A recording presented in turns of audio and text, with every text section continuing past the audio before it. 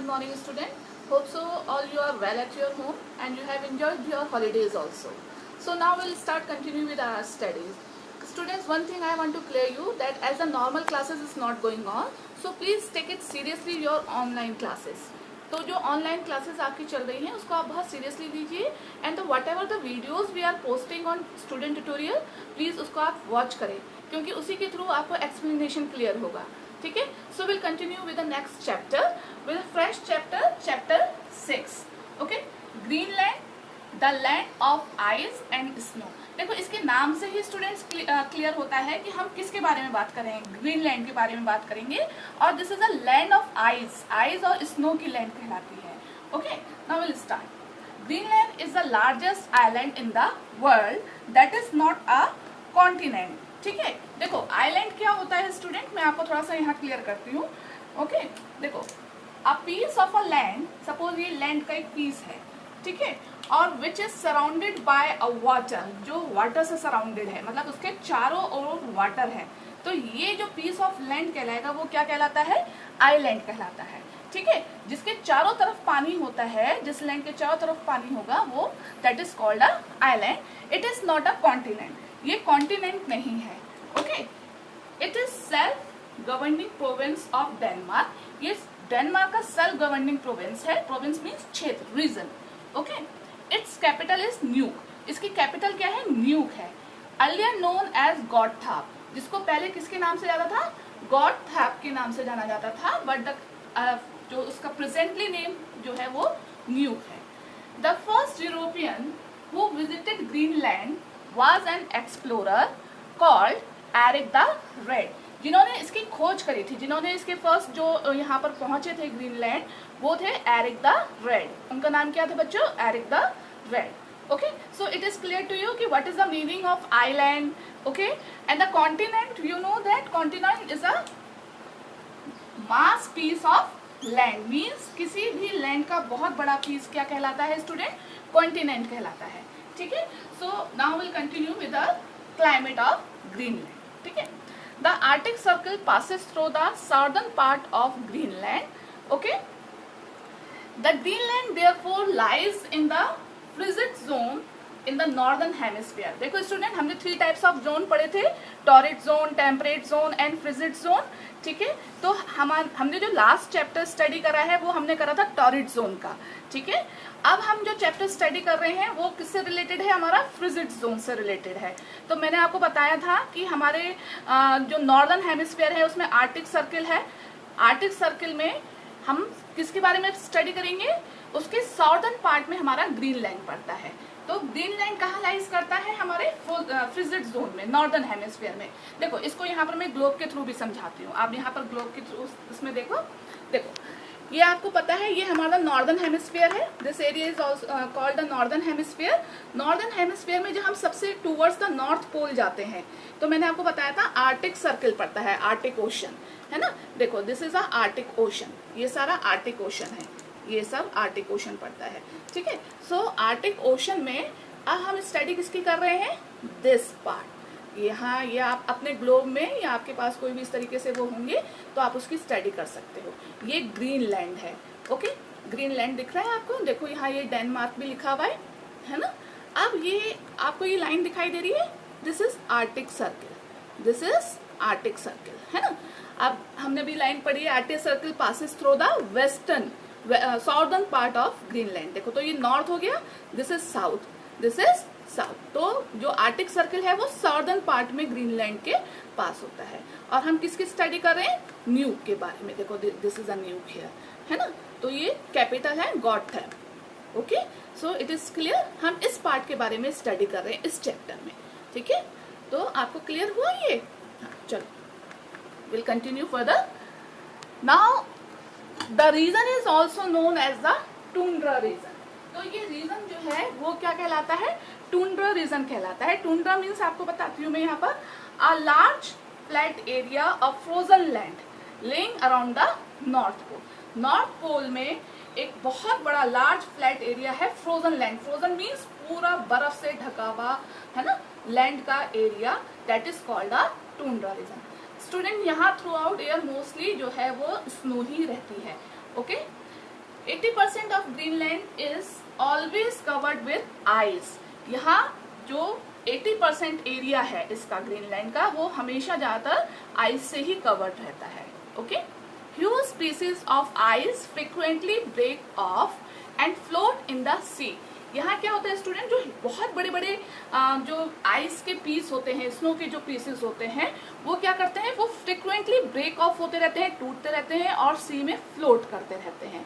तो they are called iceberg. और ये क्या कहलाते हैं, ये आइस पीस क्या कहलाते हैं जो सी में फ्लोट करते हैं, आइसबर्ग। आपने मूवी देखी है टाइटैनिक, जिसमें वो शिप उससे टकराता है, तो वो क्या था, वो आइसबर्ग होता है। मीन्स सी के बीचों बीच बहुत बड़े बड़े स्नो और आइस के जो पीसेस होते हैं वो आइसबर्ग कहलाते हैं। आप यहाँ पर भी देख सकते हो इस पिक्चर में, देखो this is all covered with snow. ये सारा जो है वो स्नो आइसबर्ग है, ठीक है।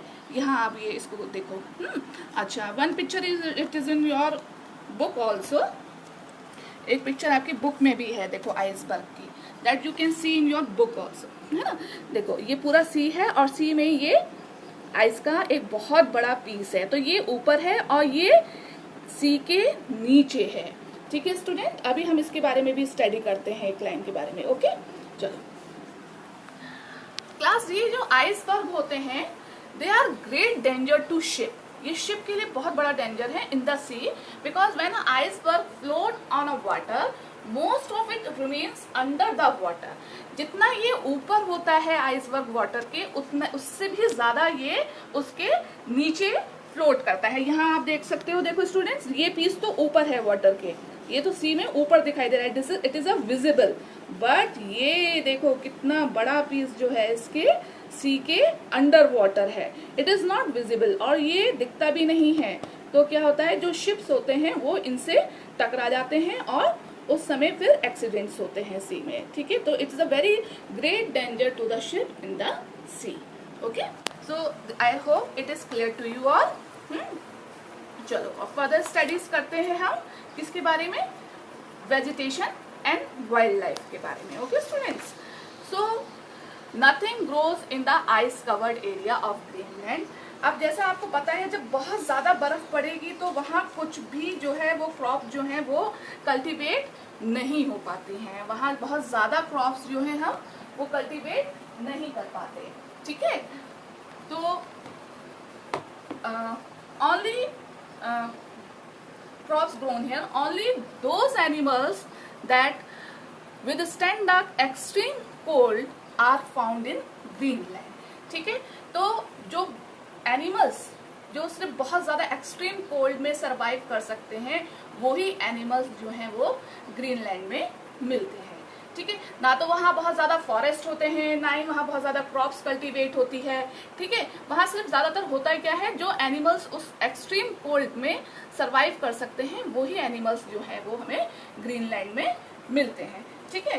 क्रॉप्स के लिए आप देखो, आप आपकी बुक में भी दिखाया हुआ है, देखो यहाँ आप ये पिक्चर देख सकते हो, है ना, क्रॉप्स और वेजिटेशन की। प्लांट्स लाइक सेज, cotton grass and lichen grow in southern Greenland during the summer month, ठीक है। सिर्फ समर मंथ में जो साउदर्न ग्रीनलैंड है वहां पर ये वेजिटेशन होती है, क्योंकि साउथ वेस्टर्न कोस्ट जो है ग्रीनलैंड का, वो सबसे वार्मेस्ट पार्ट है इस कंट्री का, जिसमें कि मोस्ट ऑफ द पॉपुलेशन जो है वो साउथ वेस्टर्न कोस्ट में रहती है। तो स्टूडेंट, जो मोस्ट ऑफ द पॉपुलेशन है वो कहाँ रहती है, इसके साउथ वेस्टर्न कोस्ट में, south western coast. Most of the population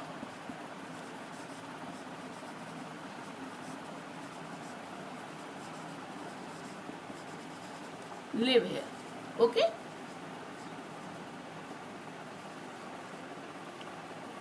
so south western coast में सबसे ज्यादा पॉपुलेशन रहती है, और वहीं थोड़ा बहुत जो हमारी वेजिटेशन होती है वो जैसे कि सेज है, कॉटन ग्रास है, वो वहां पर उगती है, ठीक है।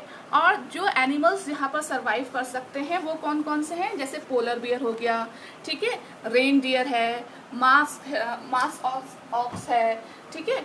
इसको यहाँ से हम जरा, this is musk ox, okay. Wolf है, ठीक है, आर्टिक फॉक्स है एंड सील जो है वो यहाँ पर आपको मिलते हैं। देखो हम यहाँ ये पिक्चर्स भी देख सकते हैं स्टूडेंट्स, मैं आपको यहाँ थोड़ी बहुत पिक्चर्स दिखाती हूँ। देखो जैसे ये पोलर बियर है, ठीक है, ये पोलर बियर है, तो ये यहाँ पर मिलता है पोलर बियर। और देखो ये मस्क ऑक्स है ना, मस्क ऑक्स, ठीक है, ये मस्क ऑक्स है, तो ये यहाँ मिलती है। स्क्वायरल मंकी है, ठीक है, ये जो हमारे एनिमल्स की वो है वो यहाँ मिलता है। और आप देखो ये इस तरीके से ये हमारी सील है ना, तो हार्प सील जो इसमें बुक में मेंशन करी हुई है ना, तो ये इस टाइप की जो एनिमल्स हैं जो बहुत ज़्यादा एक्सट्रीम कोल्ड में सरवाइव कर सकते हैं वो यहाँ मिलते हैं। ये देखो ये हार्प सील है ना, तो इस तरीके से ये आपने देखे होंगे, डिस्कवरी चैनल आप देखते हो उसमें भी बहुत दिखाया जाता है ना। तो इस तरीके के जो एनिमल्स हैं, ये देखो स्नो आउल है ना, इस तरीके के जो एनिमल्स हैं वो वहाँ यहाँ सरवाइव करते हैं और मिलते हैं। और यहाँ बहुत सारी वैरायटीज में मिलती हैं, किसकी, फिश और बर्ड्स की, फिश और बर्ड्स की। जैसे कि यहाँ देखो ये स्नोई आउल है, तो ये और कहीं नहीं मिलेगा, ये आपको वहीं मिलेगा, ठीक है। हाँ, ये आप देख सकते हो इसमें पिक्चर्स में, आपको क्लियर हो रहा है ये, है ना। तो इस तरीके से ये देखो ये पोलर बियर है अगेन, है। ये जो एनिमल्स हैं वो हमें कहाँ मिलते हैं, ग्रीनलैंड में मिलते हैं, ठीक है। यस, ये देखो ये इनकी पूरी फैमिली के बारे में डिस्क्रिप्शन दिया हुआ है पिक्चर्स में।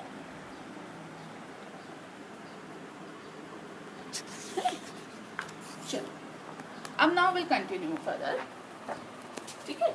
रेनडियर सबको पता है, सबने देखा है जिंगल बेल जो पोयम है उसमें जो ये स्लेज जो होता है उसको जो कैरी करके लेके जाते हैं, क्योंकि यहाँ कोई वैसा ट्रांसपोर्ट का तो मीडियम है नहीं, तो यहाँ स्लेज चलती हैं। स्लेज क्या होती है स्टूडेंट, जिनमें वो व्हीकल्स जिनमें व्हील नहीं होती, जो डॉग्स या रेनडियर के थ्रू चलाई जाती हैं, ठीक है, एनिमल्स के थ्रू चलाई जाती हैं। ये मैं आपको जो अभी नेक्स्ट हमारा वीडियो आएगा उसमें समझाऊंगी, ठीक है।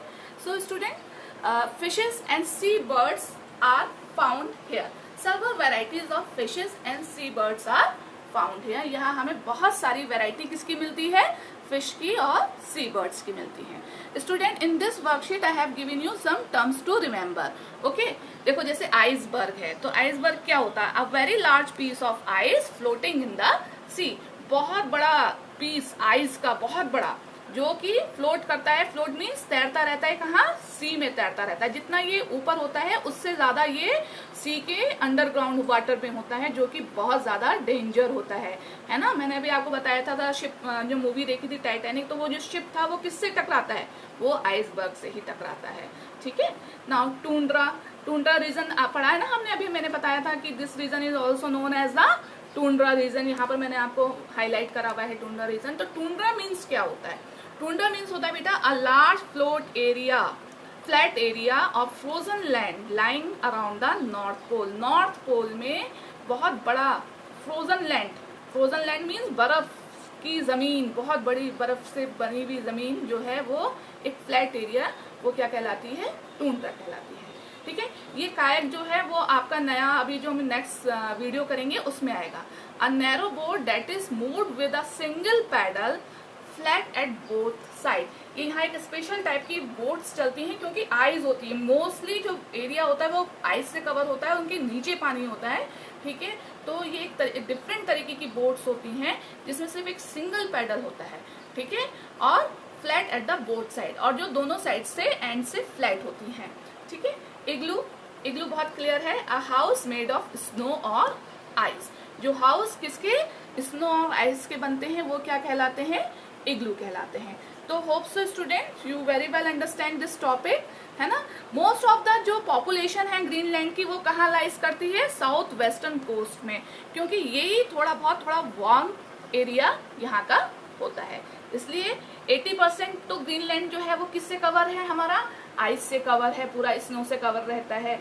लेकिन जो इसका साउथर्न वेस्टर्न कोस्ट है वो थोड़ा सा वार्म अर्थ है, थोड़ा सा, ऐसा नहीं कि बहुत ज्यादा वहां गर्मी पड़ती है, नहीं, ठीक है, बस इतना है कि वहां जो ह्यूमन लाइफ है वो थोड़ा सरवाइव कर सकती है, ठीक है। So will continue with a new next video, that is I will send you later. Thank you so much.